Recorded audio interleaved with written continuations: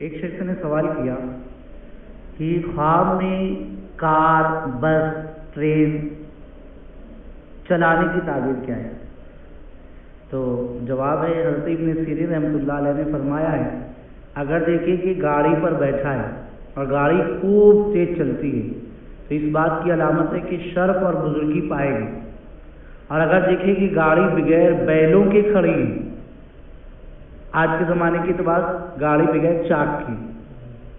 بغیر پہیے کے، بغیر ویل کے، اور وہ گاڑی میں ہے تو یہ رنج اور سختی اور بیماری میں پڑنے کی علامت. اور اگر دیکھیں کہ بادشاہ نے اس کو اپنی گاڑیوں میں سے ایک گاڑی دے دی ہے تو یہ علامت ہے کہ خواب والا بادشاہ سے مرتبہ اور بزرگی پائے. حضرت امام جعفر صادق علیہ السلام رضی اللہ تعالیٰ عنہ نے فرمایا ہے کہ خواب میں گاڑی کا دیکھنا 8 وجہ پر ہے: ولایت، عزت، مرتبہ، بلندی، بزرگی، ہیبت، خوشی، رفعت، کاموں میں